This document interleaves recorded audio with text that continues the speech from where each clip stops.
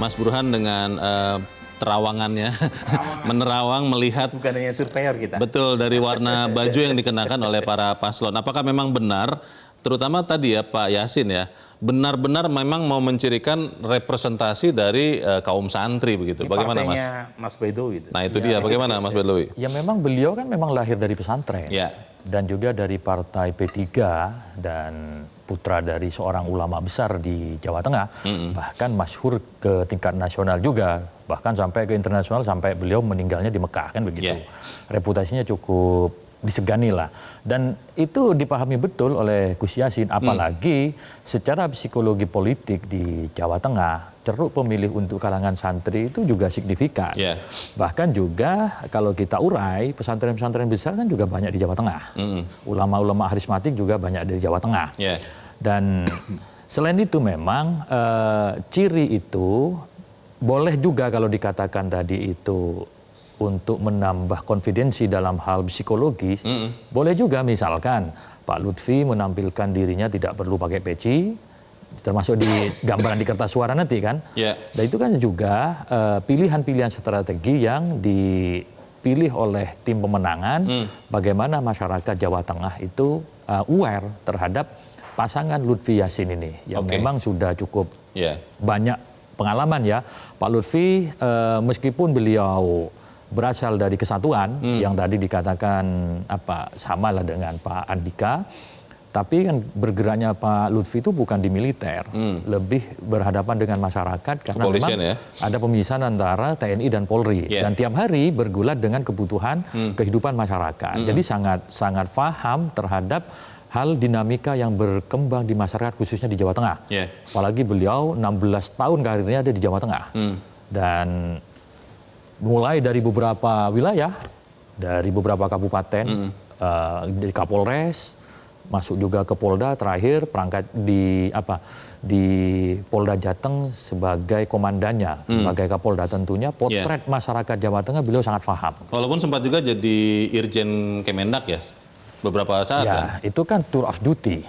Tetapi pada akhirnya kan kembali ke Jawa Tengah. Mas Theo, ini apakah representasi dari kaum santri tidak mau ditampilkan oleh pasangan yang Anda dukung? Karena kalau melihat ini kan, ini gambarnya sedang ada nih, badan sterek-sterek semua, tidak ada yang pakai sarung, tidak ada yang pakai peci begitu. Ini bagaimana kemudian meraih suara dukungan dari kaum santri ini, Mas Theo? Sebenarnya kalau untuk kita memunculkan identitas sebuah santri, lebih berarti lagi kalau sebuah tindakan yang dilakukan itu mencerminkan santri dibanding identitas yang kita tampilkan secara simbolis.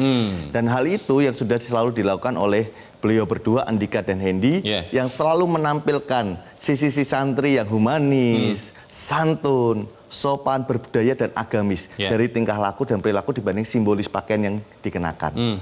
Itu yang lebih dikedepankan oleh pasangan Andika Perkasa dan Hendy ya. Betul sekali. Mas Burhan, saya ingin tahu kondisi terkini ya dari parpol-parpol pengusung. Kan ini kalau gambarannya seperti David versus Goliat nih. Ketika hanya satu partai PDIP mengusung Andika, sementara Pak Lutfi itu didukung 10 partai ya.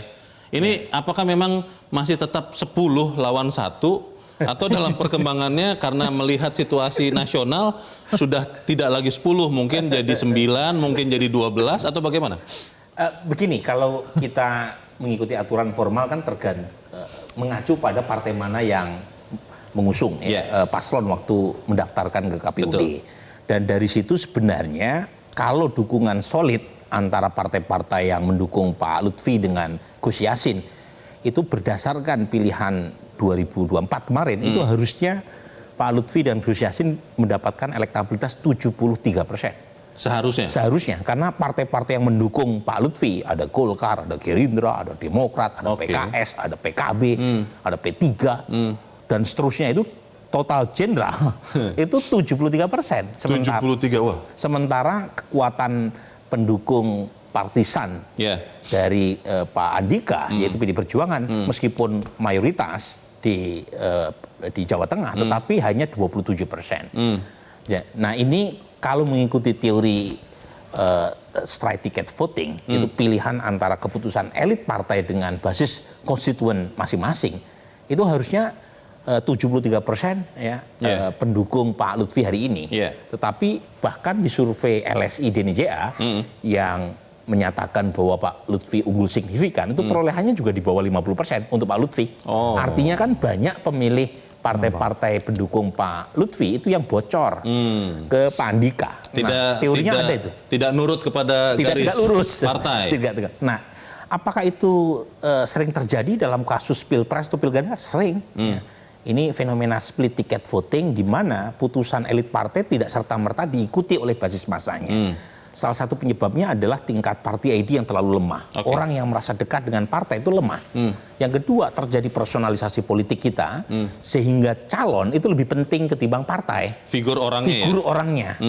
Nah, kalau misalnya calonnya itu punya appeal yang kuat di konstituen partai pendukung, itu tanpa harus ada kerja keras dari partainya tentu akan mudah mengarahkan.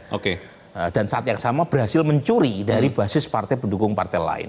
Nah, ini yang sekarang kita lihat efek ya David versus Goliath dari sisi partai ini itu manifest atau tidak. Nah, tentu saja PR buat partai-partai pendukung Pak Lutfi karena sejauh ini memang masih banyak partai-partai yang belum menyelesaikan PR-nya. Saya akan bertanya kepada Mas Baidlawi dan Mas Theo, karena dari wajah Mas Baidlawi saya simpulkan jangan-jangan setuju dengan yang dikatakan Pak Burhan tadi, bahwa ternyata pemilih di bawah tidak melulu sama dengan keputusan elit. Jelajahi cara baru mendapatkan informasi. Download Metro TV Extend sekarang.